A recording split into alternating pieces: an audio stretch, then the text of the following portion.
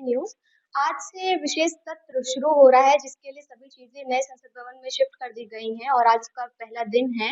इससे पहले कल प्रधानमंत्री मोदी ने पुराने संसद भवन में सभी को संबोधित करा और कहीं न कहीं उन्होंने हर किसी को धन्यवाद करते हुए शास्त्री जी और पंडित जवाहरलाल नेहरू को भी धन्यवाद करा। उसी पे बात करने के लिए हमारे साथ यहाँ पर कांग्रेस प्रवक्ता मौजूद है। सर बहुत-बहुत स्वागत है। धन्यवाद।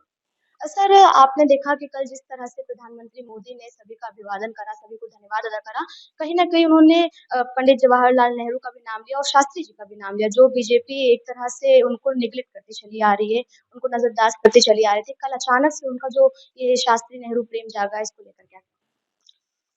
देखिए, सबसे पहले तो मुबारकबाद देना चाहूँगा, जिस प्रकार से अ, उन्होंने कम से कम जवाहरलाल नेहरू जी देश के पहले प्रधानमंत्री थे, शास्त्री जी, ये सब लोग उन्होंने अपना जीवन पूरा भारत देश के लिए लगाया है, बलिदान दिया है, समय दिया है। तो धन्यवाद देना चाहूँगा कि देर आए दुरुस्त आए, लेकिन कम से कम उन्होंने पहली बार ये एक्नॉलेज किया है कि हाँ, उन्होंने देश के लिए योगदान दिया है। दूसरी बात कि देखिए जिस तरह से नया संसद भवन बना, बहुत अच्छा बना है, तारीफ करते हैं। नए संसद भवन की आवश्यकता भी थी, लेकिन जिस तरह से वो बना है कोरोना काल के दौरान हजारों लाखों करोड़ों की उन्होंने जो फंडिंग दी है उस कोरोना काल ने बनाने के लिए, और जिस प्रकार से उसी पैसे को लेकर के और मदद की जा सकती थी, जो प्रवासी मजदूर जो लोग जा रहे थे, इतनी अ, बर्बादी पूरे देश में हुई है, इतनी तहलका मचा है, लेकिन उन्होंने जो है उसी समय में फंडिंग रिलीज करके और संसद भवन का निर्माण करवाया गया है। तो वो उस तरीके से हमें तकलीफ है। बना है, अच्छा बना है, स्वागत करते हैं, लेकिन जो तरीका था वो गलत था। सर जैसे कि आप जान रहे हैं कि भी नया संसद भवन बना और सरकार के अपने कुछ मुद्दे हैं जिन पर वो चर्चा करना चाहते हैं। लेकिन जो विपक्षी पार्टियाँ, जो इंडिया अलायंस है, उनके क्या मुद्दे होने वाले हैं? वो किन मुद्दों को लेकर आज बात कर सकते हैं या आगामी सत्र में बात कर सकते हैं? देखिए, जो ये विशेष सत्र बुलाया गया है, इससे पहले माननीय सोनिया गांधी जी का पत्र गया था। उन्होंने स्वागत किया था विशेष सत्र का भी, और सारी जितने भी नए संसद भवन बनाने का भी सबका स्वागत किया था।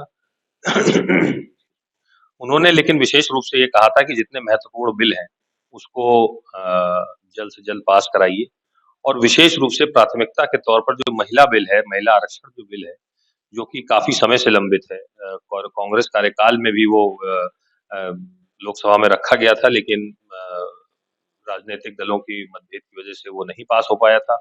2018 में माननीय राहुल गांधी जी ने पत्र लिख के कहा था कि आप महिला आरक्षण बिल है, क्योंकि आपके पास पूर्ण बहुमत है तो इसको पारित करने का काम करें। तो वो महिला आरक्षण बिल उन्होंने शामिल किया है अपने उसमें, उसका हम लोग बहुत स्वागत करते हैं, और कांग्रेस पार्टी महिला आरक्षण बिल का समर्थन करती है, और आज से नहीं 2012-13 से, और उससे पहले भी जब पंचायती राज में और निकाय चुनाव में जो आरक्षण महिलाओं को दिया गया था, वो कांग्रेस पार्टी के द्वारा ही दिया गया था। तो उसका हम स्वागत करते हैं। लेकिन इसमें एक बात ये थी कि इतना छुप-छुप के और महिला आरक्षण बिल और विशेष जितने भी बिल हैं, वो रख देना, इससे बेटर होता, इससे बेहतर होता कि अगर वो सारी पार्टियों को, जितनी भी पार्टियाँ हैं हमारे देश में, जो-जो प्रतिनिधित्व करती हैं लोकसभा में, राज्यसभा में, तो उन सबको बुला करके, चर्चा करके, सबकी सहमति लेके, और फिर उसपे उसको लोकसभा में रखते अगर बिल को, तो कोई भी पार्टी विरोध नहीं करती और बहुत आसानी से ये बिल पास हो सकते थे। तो स्वागत करते हैं कि उन्होंने बिल रखा है, लेकिन वही फिर से एक बार कि जिस तरह से वो छुप-छुप के जो काम करते हैं, उसकी हम निंदा करते हैं। सर एक बहुत अहम सवाल है कि अभी आगामी चुनाव आ रहे हैं 2024 के, लेकिन उससे पहले अचानक से ये विशेष सत्र बुलाना, सभी चीज़ें नए संसद भवन में शिफ्ट कर देना, तो क्या इसके पीछे कोई राजनीतिक दृष्टिकोण है उनका? देखिए, भारतीय जनता पार्टी 24/7 365 दिन चुनाव ही लड़ती रहती है। एक चुनाव खत्म हुआ, अगले चुनाव की तैयारी हो जाती है। उनका एजेंडा हमेशा चुनाव का होता है। एक-एक चीज़ वो उसी मायने में सोचते हैं, उसी तरीके से सोचते हैं, उसी को अपना बेंचमार्क मान के चलते हैं। तो राजनीतिक लाभ उठाने की तो उनका है, उनका मकसद है ही है, तो इसमें मैं इनकार नहीं करूँगा।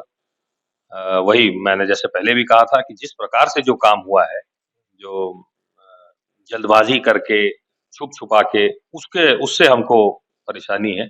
बाकी हम स्वागत करते हैं नए पार्लियामेंट का भी और जो बिल आने वाले हैं उसका। सर, एक बहुत इम्पोर्टेंट सवाल है इंडिया अलायंस को लेकर के। ऐसी जानकारी भी है कि कहीं न कहीं कांग्रेस शीर्ष नेतृत्व जो है वो लगातार बसपा से संपर्क में है, बातचीत चल रही है, कोशिश है कि Bahujan Samaj party India alliance के साथ जुड़ जाए। तो अगर बसपा इंडिया अलायंस के साथ जुड़ती तो क्या कहीं न कहीं अखिलेश यादव समाजवादी पार्टी असहज हो सकते हैं? क्या मुश्किलें आ सकती देखिए, मुश्किल की कोई बात नहीं है।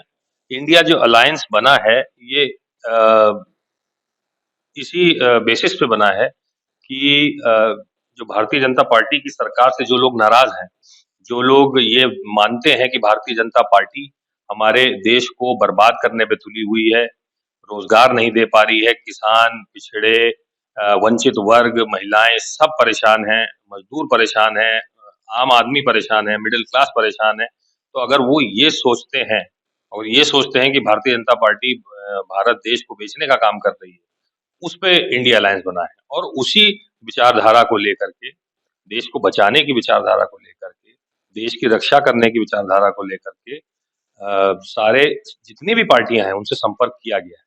और जहां तक समाजवादी और बहुजन समाज पार्टी का सवाल है, उन्होंने 2019 में 2019 में गठबंधन किया था और उनका गठबंधन चुनाव लड़ा था, तो गठबंधन में दोनों के आने की कोई ऐसी बात नहीं है। हो सकता है उनमें आपसी मतभेद हो, लेकिन जहां तक राजनीतिक विचारधारा का सवाल है, जहां तक राजनीतिक जो एजेंडा इंडिया का है भारतीय जनता पार्टी के खिलाफ, वो एजेंडा सबका एक कॉमन एजेंडा है। तो उसमें अगर वो सोचते हैं ऐसा कि भारतीय जनता पार्टी जो है वो देश को बिगाड़ने का काम कर रही है, तो वो जरूर आएंगे। तो ये थे हमारे साथ कांग्रेस प्रवक्ता जिनका कहना है कि इंडिया अलायंस जो है वो अपने आपसी मतभेद को दूर करके आपस में आकर और देश को आगे बढ़ाने के लिए बनाया गया है। साथ ही जो भी मुद्दे सरकार आज लेकर आएगी, रखेगी, उस पर हम चर्चा करेंगे और उनको पास करने का पूरा काम करेंगे। कैमरा पर्सन प्रियंका के साथ में कीर्ति जी।